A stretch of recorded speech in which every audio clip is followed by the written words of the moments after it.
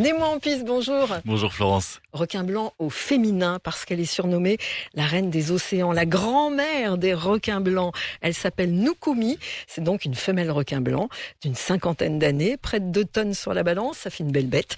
Comme des dizaines d'autres animaux marins, Nukumi est suivie de très près par des équipes de chercheurs et surprise Nemo, elle a mis le cap à l'est en direction des côtes européennes. Une traversée de l'Atlantique peu commune, celle de Nukumi qui vit d'ordinaire dans les eaux de Caroline du Nord. Alors elle est suivie par les scientifiques du groupe OCEARCH.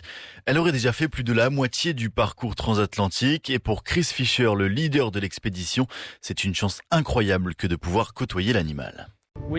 Quand vous avez affaire à un animal de cette taille, l'émotion vous frappe d'une manière complètement différente. Son ancienneté, sa sagesse, c'est ce qui nous fait avoir à tous un si profond niveau de respect pour Nukumi. Voilà, alors Nukumi par-ci, Nukumi par-là. Est-ce que on sait pourquoi Nemo, elle prend la direction de la Méditerranée et surtout des côtes européennes? Alors c'est la grande question que se posent les spécialistes qui pensent tout de même avoir compris pourquoi la reine des océans prenait cette direction, tout simplement parce que Nukumi est enceinte et qu'il paraît fréquent pour les femelles d'aller mettre bas loin des prédateurs. Elle est l'une de nos grosses chances pour véritablement savoir vers où les requins blancs femelles de l'océan Atlantique se dirigent pour donner naissance à leurs petits.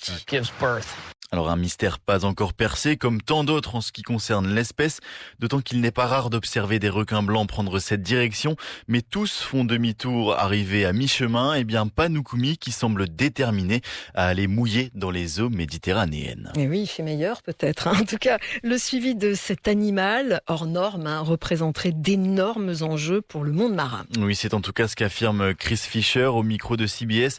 Pour lui, ces recherches sont primordiales pour l'avenir et la sauvegarde des espèces marines.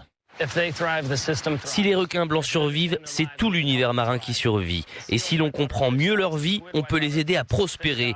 C'est en quelque sorte le bon équilibre de l'océan qui passe par eux.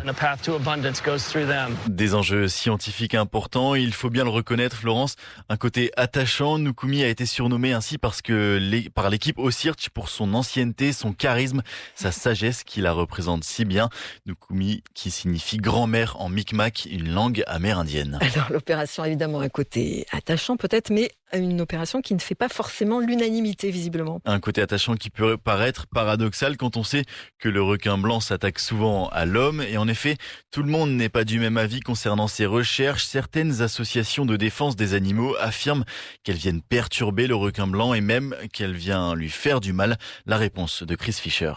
Ce ne sont pas ce que les données disent. Quand on analyse les taux de stress de l'animal, ces données sanguines, cela n'indique rien d'anormal. Pareil, quand on leur pose des sondes, les requins ne ressentent aucune douleur parce qu'on ne touche à aucun nerf. Ces critiques sont dues au fait qu'on n'a jamais entrepris un projet d'une telle ampleur concernant le grand requin blanc. Et Nukumi, elle, en tout cas, a l'air de plutôt bien se porter. On est rassuré. La reine continue son périple de près de 5000 km. Un voyage que vous pouvez suivre en direct depuis le site internet d'OCEARCH, comme celui de centaines d'autres animaux marins pistés par des sondes. Donc Nukumi, sa grande traversée pour aller peut-être mettre bas, comme on dit, donc peut-être en Méditerranée si elle est enceinte à 50 ans. On sait que ces animaux peuvent vivre jusqu'à 70 ans. Merci beaucoup Nemo, excellente matinée avec nous sur Média.